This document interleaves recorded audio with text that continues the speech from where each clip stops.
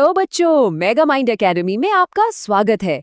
चलो आज हम कुछ नया, इंटरेस्टिंग और मजेदार सीखते हैं। आज हम टाइम ट्रैवल करके चलेंगे सीधा छत्तीसगढ़ के इतिहास में और जानेंगे एक ऐसे पावरफुल राजवंश के बारे में, नल वंश के बारे में। ये कहानी सिर्फ राजा महाराजाओं की नहीं है, बल्कि इसमें बदला है, हार है, जीत है और एक ऐसी विरासत है जो आज भी जिंदा है। तो आज के इस सफर में हम क्या क्या कवर करने वाले हैं, एक नजर डालते हैं। सबसे पहले नल वंश से थोड़ी जान पहचान करेंगे, फिर उनके सोने के सिक्कों और उनके पावर में आने की कहानी देखेंगे। उसके बाद आएगा सबसे एक्साइटिंग पार्ट, वकाटकों के साथ उनका महाटक्कर। फिर हम देखेंगे कि हार के बाद वो कैसे खड़े हुए और राजीव मंदिर जैसी विरासत बनाई। और आखिर में इस महान वंश का आखिर हुआ क्या, ये भी जानेंगे। तो चलिए शुरू करते हैं।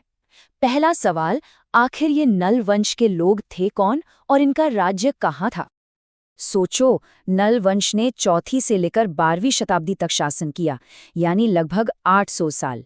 इनका इलाका था आज का बस्तर यानी साउथ छत्तीसगढ़ और साथ ही उड़ीसा का कोरापुट एरिया। उनकी कैपिटल सिटी का नाम था पुष्कारी, जिसे आज हम भोपालपट्टनम के नाम से जानते हैं।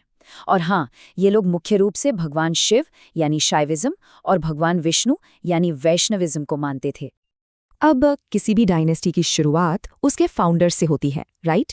लेकिन नल वंश की कहानी में ना एक छोटा सा इंटरेस्टिंग सा ट्विस्ट है। चलो देखते हैं कि सोने के सिक्कों ने उनके इतिहास को कैसे लिखा। तो देखो, अगर कोई पूछे कि इस वंश के संस्थापक या आदि पुरुष कौन थे, तो नाम आता है शिशुक। लेकिन इतिहास के हिसाब से जो वास्तविक संस्थापक यानी रियल फाउंडर माने जाते हैं, वो थे वराहराज। ऐसा क्यों? सिंपल, क्योंकि वराहराज पहले नल राजा थे जिन्होंने सोने के सिक्के चलवाए, और गोल्ड कॉइन्स का मतलब था पावर, प्रॉस्पेरिटी और स्टेबिलिटी। तो बच्चों, अब आपके लिए एक सवाल। अभी जो हमने समझा, उसके बेसिस पर कमेंट्स में बताइए कि वराहराज को रियल फाउंडर का टाइटल क्यों दिया गया। सोचो और अपना जवाब जल्दी से नीचे लिखो। इस पूरी कहानी का सबसे बड़ा प्रूफ, सबसे बड़ा सबूत हमें मिला कोंडा गांव के एदिंगा गांव से। जानते हैं वहां क्या मिला? वहां मिले नल वंश के पूरे 32 सोने के सिक्के। जी हां, 32। ये नंबर जरूर याद रखना, बहुत इंपॉर्टेंट है। और सबसे अमेजिंग बात पता है क्या है? इन 32 सिक्कों का ब्रेकडाउन जरा देखो। इनमें से 29 सिक्के अकेले राजा वराहराज के हैं। इससे साफ पता चलता है कि उनका शासन कितना शक्तिशाली रहा होगा। बाकी एक सिक्का भवदत्त वर्मन का और 2 सिक्के अर्थपति भट्टारक के हैं। ये सारे के सारे अनमोल सिक्के आज नागपुर के म्यूजियम में रखे हुए हैं। चलो अब आते हैं इस कहानी के सबसे ड्रामेटिक हिस्से पर। नल वंश का इतिहास उनके पड़ोसी और सबसे बड़े दुश्मन वाकाटक वंश से टकराव के बिना बिल्कुल अधूरा है। और ये कोई छोटी मोटी लड़ाई नहीं थी, ये तो बदले की आग में जलती एक एपिक स्टोरी थी। ये दुश्मनी एक जनरेशन तक नहीं चली। ये बदले का एक साइकिल था, जिसमें बेटा अपने बाप की हार का बदला लेता था और फिर उसका बेटा अपने पिता की हार का। एकदम फिल्मी है ना? अच्छा, अब इस स्लाइड पर इस पूरी दुश्मनी की समरी देखो। स्टोरी शुरू होती है वराहराज की हार से। उन्हें वाकाटक राजा नरेंद्र सेना हरा देते हैं। लेकिन यहाँ से बदले की आग भड़कती है। वराहराज के बेटे भवदत्ता वर्मन न सिर्फ अपने पिता का बदला लेते हैं, बल्कि वाकाटकों की कैपिटल नंदीवर्धन को भी तबाह कर देते हैं। Revenge complete. पर सिलसिला यहाँ रुका नहीं। वाकाटक वापस अटैक करते हैं और अर्थापति भट्टारक को हरा देते हैं। तो अब इस कहानी को खत्म करने की बारी आती है स्कंदवर्मन की, जो वाकाटक राजा देवसेना को हराकर इस जनरेशन लॉन्ग राइवलरी पर फुल स्टॉप लगा देते हैं। इस पूरी राइवलरी में अगर कोई सबसे पावरफुल नल राजा बनकर सामने आया, तो वो थे भवदत्ता वर्मन। उन्होंने सिर्फ अपने पिता का बदला ही नहीं लिया, बल्कि वाकाटकों की पूरी कैपिटल सिटी को नष्ट कर दिया। उनकी इस जीत का जिक्र हमें रिढ़ापुर इंस्क्रिप्शन में मिलता है। उनकी पत्नी का नाम था अकाली भट्टारिका और उनके 2 बेटे थे, अर्थपति और स्कंदवर्मन।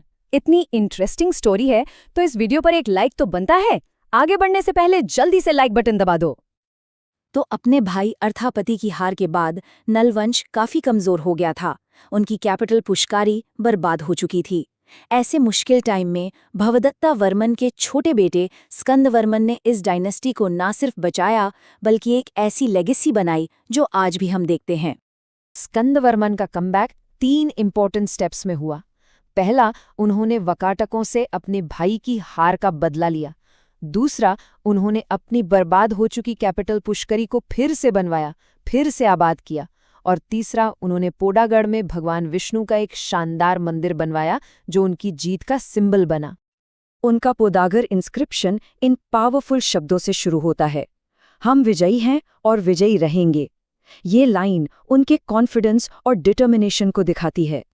इस विष्णु मंदिर से एक और चीज पता चलती है कि स्कंदवर्मन के टाइम तक नल वंश शैविज्म से ज्यादा वैष्णविज्म की तरफ आ गया था।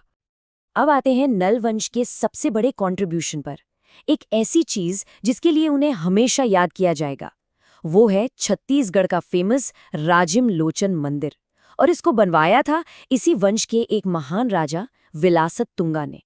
चलिए इस मंदिर से जुड़े कुछ क्विक फैक्ट्स देख लेते हैं जो एग्जाम्स में बहुत काम आएंगे। इसे बनवाया राजा विलासतुंगा ने। ये भगवान विष्णु को डेडिकेटेड है। इसका स्टाइल है पंचायतना, यानी एक मेन मंदिर के साथ 4 कॉर्नर्स पर 4 छोटे मंदिर। लोकेशन महानदी, पैरी और सोंदुर नदियों के संगम पर। इसकी सारी इन्फॉर्मेशन हमें राजिम इंस्क्रिप्शन से मिलती है।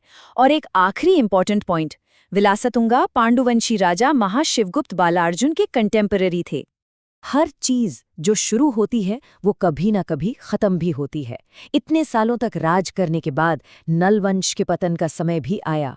चलिए देखते हैं इस युग का अंत कैसे हुआ। विलासतुंगा के बाद भी इस वंश में कुछ राजा हुए, जैसे कि पृथ्वीव्याघ्र और भीमसेना, जिन्होंने भीमपुर नाम का एक शहर भी बसाया।